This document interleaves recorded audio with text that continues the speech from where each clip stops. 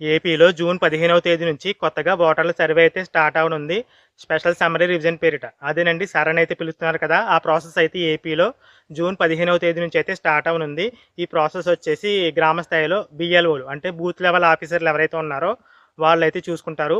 ప్రతి ఒక్క బీఎల్ఓ కూడా వారి పరిధిలో ఉన్న ఓటర్లు ఎవరైతే ఉన్నారో వారందరింటికి కూడా వెళ్ళి ప్రతి ఒక్క ఓటర్‌కి కూడా 2 ఎన్యూమరేషన్ ఫార్మ్స్ అయితే అందిస్తారు.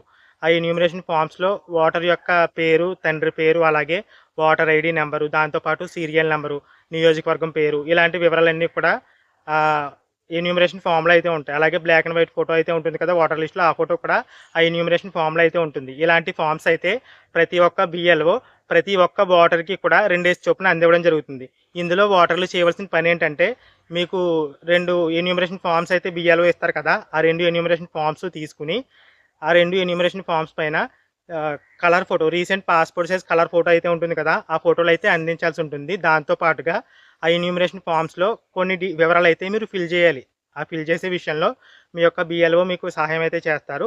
ఆ 2 ఎన్యూమరేషన్ ఫామ్స్‌లో కూడా మీ యొక్క వివరాలు రాయాలి. అంటే మీ యొక్క పేరు, తండ్రి పేరు, తల్లి పేరు, దాంతో పాటుగా మీ యొక్క Aadhaar card number, phone number ఇలాంటి వివరాలన్నీ కూడా ఎన్యూమరేషన్ ఫామ్ అయితే ఉంది కదా! ఆ రెండిటి పైన రాసి చెరొక ఫామ్ పైన మీ యొక్క recent passport size colour photo అయితే అందివ్వాల్సి ఉంటుంది.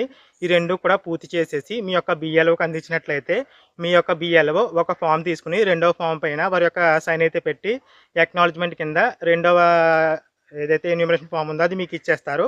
ఒక ఫామ్ వచ్చేసి బీఎల్ఓ తీసుకెళ్లడం జరుగుతుంది. ఈ ప్రాసెస్ అయితే జూన్ 15వ తేదీ నుంచి జూలై 14వ తేదీ వరకు కూడా జరుగుతుంది. ఈ టైంలో ఎవరైతే వివరాలు బీఎల్ఓకి అందిస్తారో వారి పేర్లు మాత్రమే ఓటర్ లిస్టులో అయితే ఉండడం జరుగుతాయి. వివరాలు ఎవరైతే అందివ్వలేదో వారి యొక్క ఓటును తొలగించేందుకు ఎవరైతే బీఎల్ఓలు ఉన్నారో వారికి అధికారం అయితే ఇవ్వడం జరుగుతుంది. ఏ విధంగా అంటే ఎవరైతే వివరాలు సబ్మిట్ చేయలేదో వారికి నోటీసులు అయితే అందిస్తారు. ఎలా అంటే బీఎల్ఓ పైన పై అధికారి ఎంఆర్ఓ అంటే ఏఈఆర్ఓ అయితే ఉంటారు. తర్వాత ఈఆర్ఓ అయితే ఉంటారు.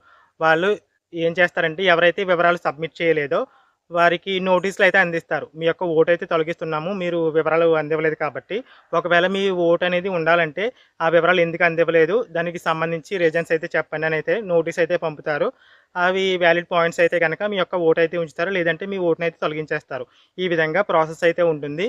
అంటే ఇప్పుడు బీఎల్ఓలు జూన్ 15వ తేదీ నుంచి జూలై 14వ తేదీ వరకు కూడా ప్రాసెస్ అయితే చేస్తారు కదా!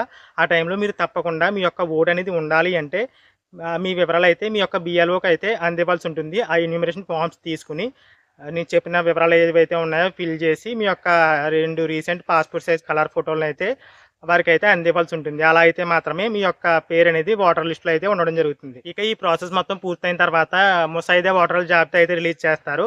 ఆ జాబితాలో మీ పేరు లేకపోతే మీరు మళ్ళీ కొత్తగా ఓటుకైతే అప్లై చేసుకోవచ్చు. అలాగే ఆహ్, ఓటు తీసేయాలన్నా లేదా అందులో మార్పులేమైనా చేయాలన్నా. అంటే ఇప్పుడు ఓటర్ లిస్ట్ రిలీజ్ చేసిన తర్వాత అంటే ముసాయిదా జాబితా రిలీజ్ చేసిన తర్వాత జూలై 21వ తేదీ నుంచి ఆగస్ట్ 20వ తేదీ వరకు కూడా ఏదైనా అబ్జెక్షన్స్ ఉంటే రైజ్ చేసుకోవడానికి ఎలక్షన్ కమిషన్ అయితే అవకాశం అయితే ఇచ్చింది. మీ యొక్క బీఎల్ఓకి ఆ టైంలో మీరు దరఖాస్తు అయితే ఇవ్వచ్చు. అంటే మీ యొక్క పేరు ఓటర్ జాబితాలో లేకపోతే ఫార్మ్ 6కి అయితే అప్లై చేయొచ్చు. అలాగే ఎవరి పేరైనా పొరపాటున తొలగించకపోతే చనిపోయిన వారి పేర్లు గాని ఏదైనా కారణం చేత పేరు తొలగించకపోతే అలాంటి వారికి ఫార్మ్ 7 అయితే అప్లై చేయొచ్చు. అలాగే మీ యొక్క ఓటర్ లిస్ట్‌లో మీ యొక్క వివరాలు తప్పుగా ఉంటాయి. తండ్రి పేరు గాని, లేదా భర్త పేరు గాని, ఫోన్ నంబర్ ఇలాంటి వివరాలు ఏమైనా తప్పుగా ఉన్నట్లయితే ఆ వివరాలన్నీ మార్చుకోవడానికి ఫార్మ్ 8 అయితే అప్లై చేసుకోవచ్చు. వీటన్నిటికి కూడా గడువు అయితే ఇస్తారు. ఇదంతా పూర్తయిన తర్వాత ఫైనల్ లిస్ట్ అనేది తర్వాత అయితే రిలీజ్ చేయడం జరుగుతుంది.